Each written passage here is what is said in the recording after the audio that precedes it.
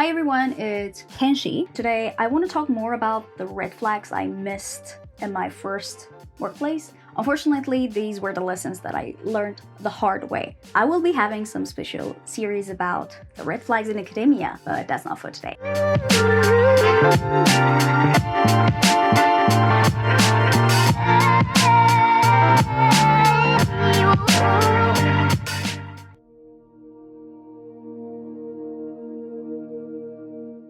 First thing is why I chose my job.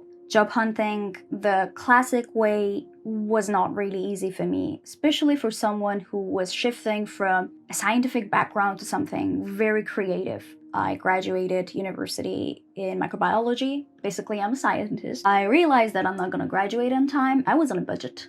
My scholarship was going to run out, so I wanted to find a job. I was looking for studios or something creative. I really didn't know what choices I had. So I ended up in that place. What I should have been careful though, that it's a very, very small company. It really had a high record of people leaving every year. Longest people stayed there was 1 year. That should have been a red flag. If you're dating someone, they have a huge record of people leaving them in 1 year. Doesn't that ring a red flag or red bell to you? If it does, then I think you should apply the same things to finding a job.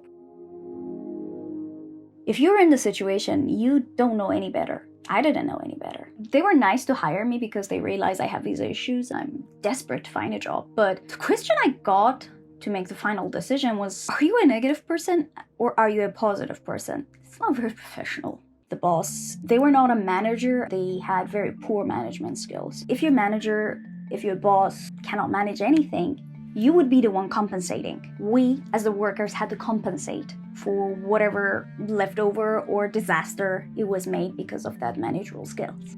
Brings back a lot of trauma and bad memories. Another obvious red flag was that they constantly brought up that I am paying for your visa. The company pays this amount of money every month for you to stay and work in Japan. I think that's a big red flag if someone keeps saying that to you. If you're told that, remember, they have to pay that. Even if you're Japanese or foreigner, they have to pay for their seishain or full-time workers. These are the obligations. It's not that they owe you something or they're doing you a favor.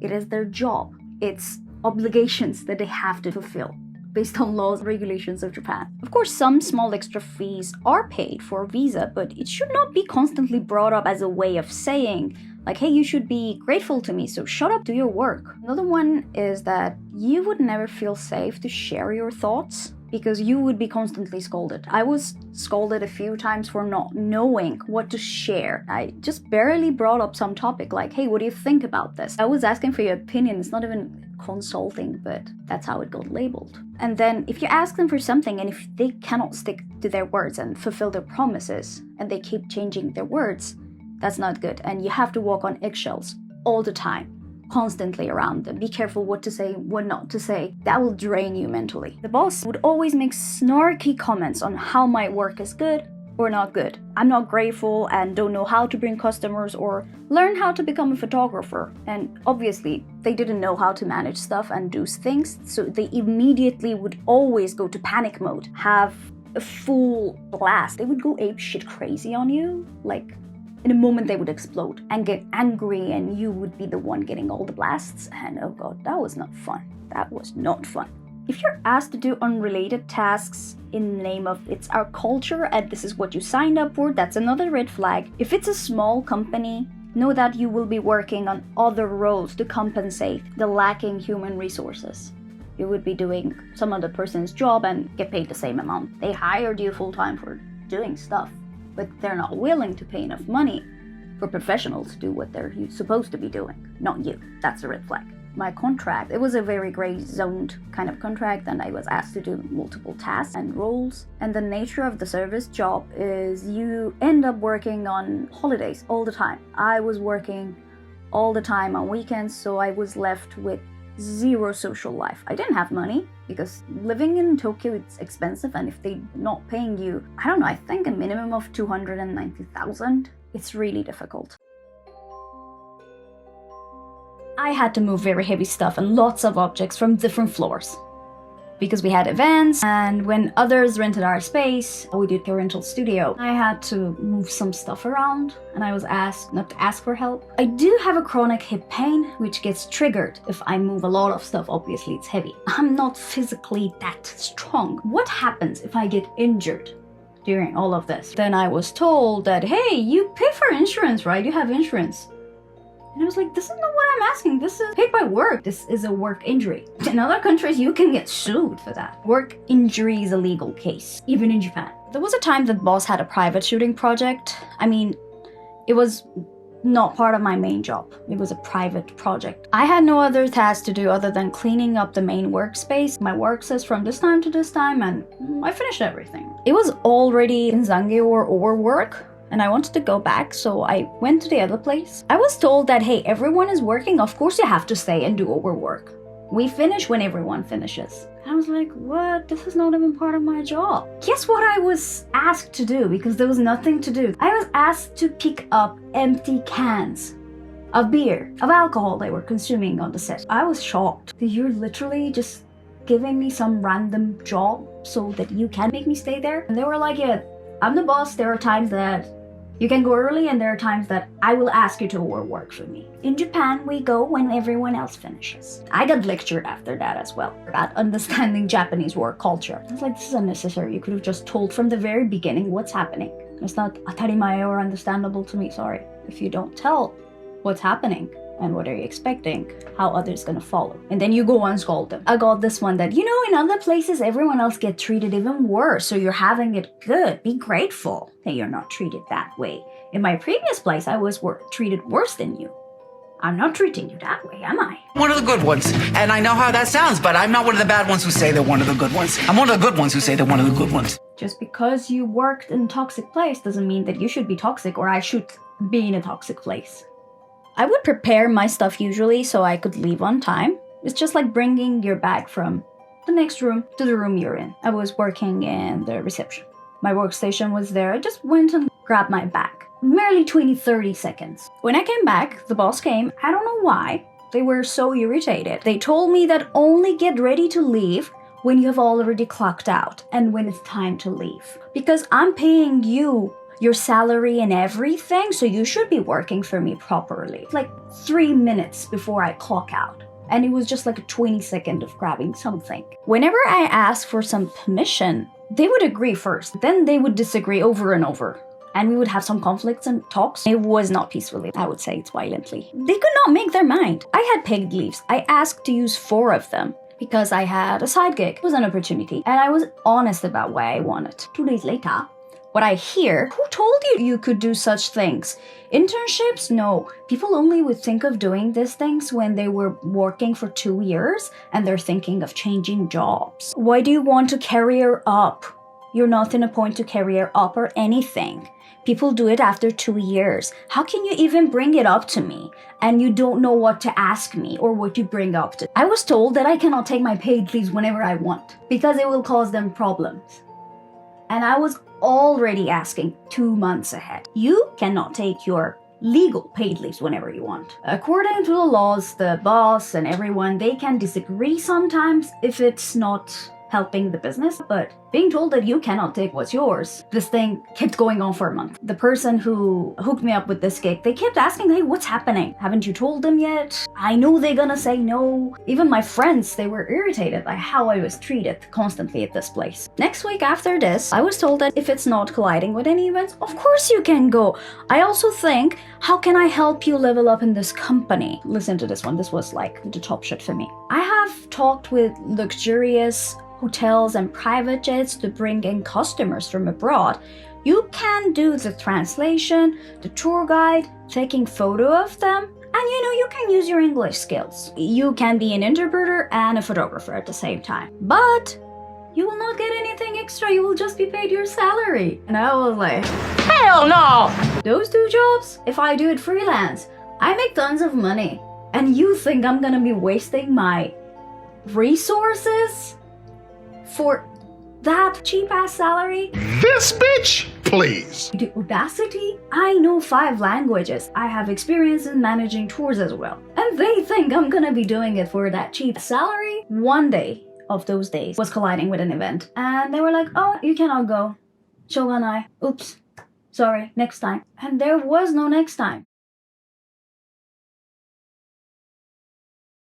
So the most effed up events were two different incidents. These were the ones that really made me serious about just leaving there. This is the first one I'm going to be talking about. I was supposed to help in an event as a photographer.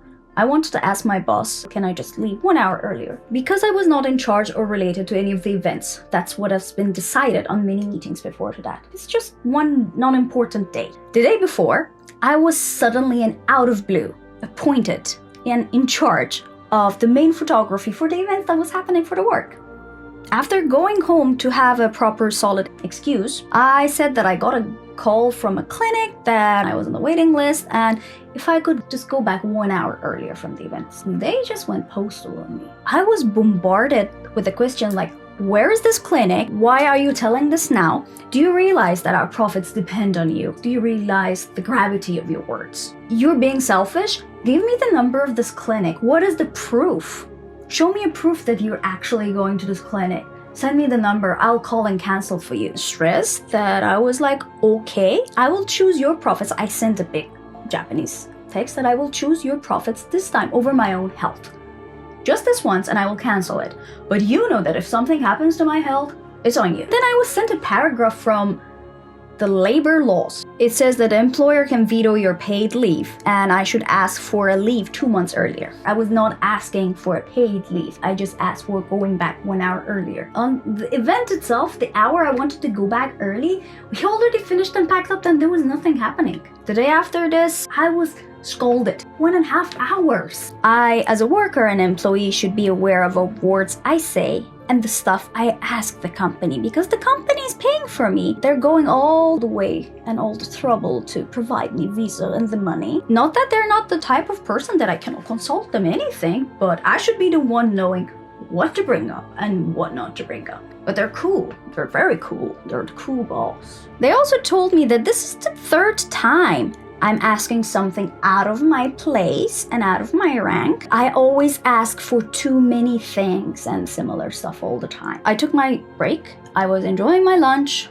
Then they came to chat. They suddenly asked me to send them the location of the clinic. What is my disease? I do have Hashimoto's disease, which is a hypothyroid autoimmune disease. It's a serious thing. I just said, okay, I'll just send it to you later. I just wanted to brush them off because it's my break time. I'm just enjoying my time. I don't want to engage in any more conversation. They didn't leave and kept asking why I can't send it to them right away and why can I not show it to them because I'm lying, right? Then they went on and said that I mentioned I got a call. So if I got a call, it should have been recorded on my phone. They told me to show them my phone. I was like, oops, sorry. You're crossing a line. I'm not going to show you anything. This is my private matter and I don't think you should be asking for such thing. I don't feel comfortable to share this with you. This went for a few minutes. They kept asking and I said, no, this is my private. I cannot show it to you. I also brought up that how come that my friends' bosses don't ask for such things? The first thing was, oh, are they Japanese or are they foreigners? Like, no, they're a Japanese company. Of course they're Japanese. And then they said, oh, forget about them. It's about me and you. If you can't show me, why are you lying to me? I replied that I cannot share anything private with you and you can think whatever you want. I didn't go to clinic in the end and nothing happened other than whatever was planned at work. If I want to go to clinic, I will try to make it in an appropriate time from now on. I learned my lesson, just let it go. And I was like, but what is your disease? I want to know about it because, you know, I also have a disease. I know how hard it can be. I'm worried about your health. And I was like, don't worry. A lot of my friends and my relatives are excellent doctors and I know who to contact here and I have enough Japanese to make reservation and talk to them whenever I want. Thank you very much. Thank you for thinking that I'm unable to do it on my own, but keep it. I can do everything on my own. Not necessary. I tried to clearly make a boundary there, which always was lacking. They suddenly started crying. Bitch, what? Oh my God. I was just shocked. We call it alligators. tears. And trust me, if you're Asian, you know those fake ass tears and how your parents and everyone tried to guilt trip you, right? You're trying to guilt trip me? Because those are fake. I can see through you, but why are you crying? They said that they don't know what's going up in my heart and mind anymore. I also don't want to put you through pain. They have a small company and they have to think about its future. You said you will be here for 2 years. That's why I hired you, blah, blah, blah. I replied to them, that's why we need task managements and manuals so we can know what the hell we are doing here. I will also consult a lawyer on this topic. I couldn't record the voice during all of this, but if I could do it, this was 100% a case of a power harassment and breach of my privacy. This happened, I think, 1 month before I left it. I typed some stuff over a photo and put it on something to be printed. That's the whole image and whole idea of what was happening. It was a fairly new product, and the printing color and the photo was mostly a trial and error. I edited a photo in 2 different patterns, but it was not significantly different to be printed. And then the boss made 2 versions, 2 edits. I forgot to type into the photos, and I just submitted the photos the way it was. It went to be printed by mistake. It happened because in my mind I was like, the boss checked, so it's okay. But, well, I made a mistake. Yeah. One day I was doing my work and boss came and told me that you did a mistake again. And this is the 4th time we're reprinting the same photo. This time I'm gonna be deducting it from your salary. I was trying to think and figure out how I did such a silly mistake. Then I heard that it will be out of my pocket, and I obviously made a surprised face. Usually sign an NDA and there are stuff in there. They kept saying, make a mistake or break something, you have to cover up till 30,000 yen by yourself, and the rest will be paid by the company. So according to that, they said that we can reduce it from your salary. But guess what? When I went to the labor worker, the union lady, she read through my contract and said, there is no such thing and clause in that contract. So it was even illegal. And some other friends told me that it's illegal to take anything out of your salary, even if you make a mistake. Have this in the corner. Let's go back to the story. I was like, okay, it's probably because I just put the photo you edited. That's why this happened. I used their name in 何々さん編集した写真をなんか直接に入れたからこういう問題になった。I said that in Japanese. They got super angry and said, why did you use my name? Why did you bring up my name? Are you blaming me for your mistake? Then why did you say my name? You're blaming me because you're an irresponsible person who cannot own up their mistakes. That's who you are. That's what you always do. You make mistakes, you blame others. I kept trying to make them see and understand that, dude, I would say anyone else's name had it been them. If someone else edited this photo, I would say, yeah, I edited that person's photo. I used that edited photo and I just put it there. Your name is just a coincidence of what happened. I'm not blaming anyone. And they were like, no, you are making a face and changing your face because you get scared and now you're running into corner. Now you're trying to make me understand of what you mean. Of course, the boss will get angry at you, and of course you have to be afraid when you make a mistake. It reached a peak when at this point they were speaking in the most vulgar Japanese. Mereke. They were like, hey, you listen to me. You don't talk when I'm talking. Omae wa kike. Kind of thing. I also brought up that we got no rules and manuals to follow. Then they told me that if you want rules, go to another company. Go to a bigger company. Why are you here? Who told you to work here? I'm a small company and I don't have time to do these things. At some point that I was trying to make them see sense and listen to what I'm actually saying, they said like, hey, get the hell out. Go back to your house. I don't want to see you. I don't need you till the end of the month. Get out of here. お前はもう帰れ。お前みたい人がいらない。もう帰れ。月末までもう来ないで。That's the most vulgar, disrespectful way of talking to someone. Some of my friends said had they been in my place and they were told to go back, they'd be like, okay, bye-bye. I put myself together and said, I'm not going back and I have work to do. Then I took out my phone and I said, say it again. I'm recording. Say it again. I also tried to repeat the same words I was told because I wanted this to be in evidence. The moment I said this, they changed how they talked. They went on, they only get angry when I talk to them. I'm the one that makes them mad. It's my fault that they get angry. Gaslighting much. The boss said, I work with dogs, so I know what you mean. I can see and know people's intentions. You're insincere. Did you just compare me to a dog? At this point, I was already job hunting. I also consulted a few friends what to do on mental and power harassment. A few of them listened to me and introduced me to a labor union worker. But it was hard to prove many of these things because I didn't have everything recorded. Honestly, I did not have the money, the time, or the mental capacity to sue them or go after them. It's gonna cost a lot of resources. Maybe that's why nobody does anything. We just want to get the hell out of there ASAP and just end this. All of this happened because of $2. What happened is I talked to people. I had support of many people. I realized that I'm not alone. I started networking, and the moment I started working on my CV, I realized that I have so much to offer. There's so many things I could be doing. And when I took other interviews, I was being offered to 250, and then one of my friends told me that, hey, are you stupid? Go for 300. Go for the highest money they're offering. You are worth it. Whatever you do, you are also valuable. Don't let an insecure boss or a coworker tell you otherwise. Know your worth. Try to get out of it. It's not worth staying in somewhere that's not nurturing you.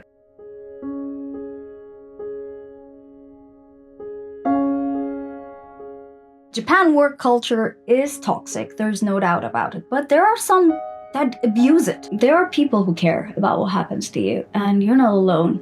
And of course, you never think this is going to happen to you when you go into a workplace or anywhere. You never start something thinking that, hey, I'm going to be harassed. Let me get ready for it. If you ever work in such places, just notice these things very quickly. Don't settle for that. Don't take that abuse. Document everything. Once you get a job, I find it easier to move to other jobs. There are other options. You do have a valid visa. Getting a sponsored visa versus already having a visa and just switching a job, there are two different stories. Make boundaries with your workplace and especially boss. Don't back off. Once you do it, they'll keep on doing it. Record this. Then you have something to show as power harassment. Just record everything. It's not illegal. It's very legal. Record everything. Talk to people. Labor union is always open to your friend and it's for free. Go and talk to them. Don't suffer alone. These things can and might happen to you, and it happens, I think, all the time in Japan and everywhere in the world. So if you're interested about living in Japan, knowing more, follow for more videos. I might have something that might be helpful for you. Bye bye.